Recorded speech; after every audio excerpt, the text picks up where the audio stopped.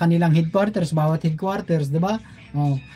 So kailangan may mag-command, no? Kaya si General Torre pinapakita po ito at para ang ating mga kapulisan action agad mga kababayan. At nasa kalsada ha, nasa kalsada ang ating mga kapulisan ngayon, wala sa station. Makikita natin andyan ang iba nagta-traffic, no, nag-a-assist ng mga tao, nagpapatawid. So napakaganda mga kababayan.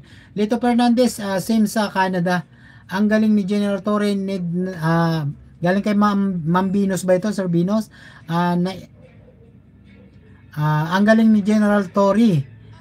Need na isip ni Bato yan. Dati walang nagawa si Bato. Nako po.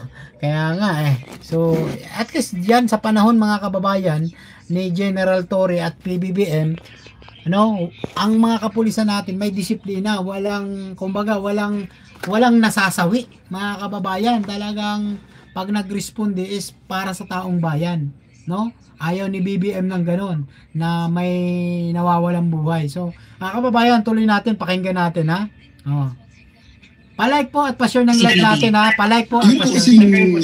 Subscribe na rin. Sandali, i-confirm ko muna yung mga tao. Sige po, sige po.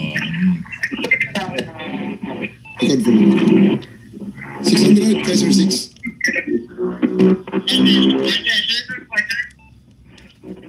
Good job, proud to be. Proud to be, thank you. Ayun, proud to be si PNP, ayan. Nasa Kaiser 6, one to. Alright.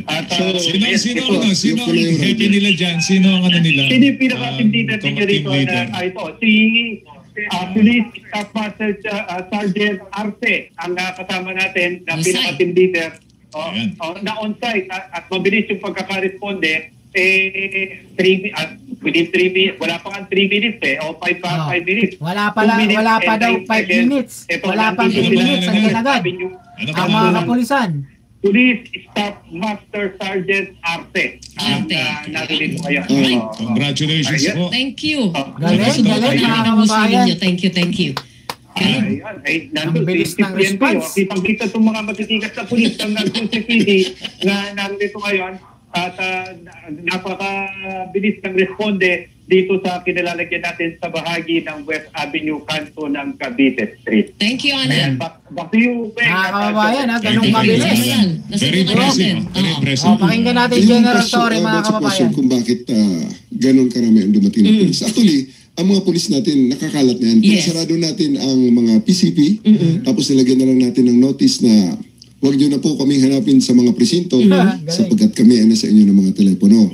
Dahil 911, sino natitira sa dyan? Sargento de Mesa lang o ano ba? Wala talaga. Asin wala. Kasi wala kayong presinto, mga police precinct hindi na kailangan hanapin ng mga tao natin, ng mga kababayan natin, ang mga pulis sa kung saan. Kundi, pag kailangan mo ng pulis, tawag ka lang sa 911. Pwede natin 911 tawag kayo sa 911 lang. To answer your question, bakit ganun karami? Meron tayong tinatawag na fixed visibility point. Kung kayo ay nasa community, makikita nyo, may tambayan ng pulis. May tambayan yan.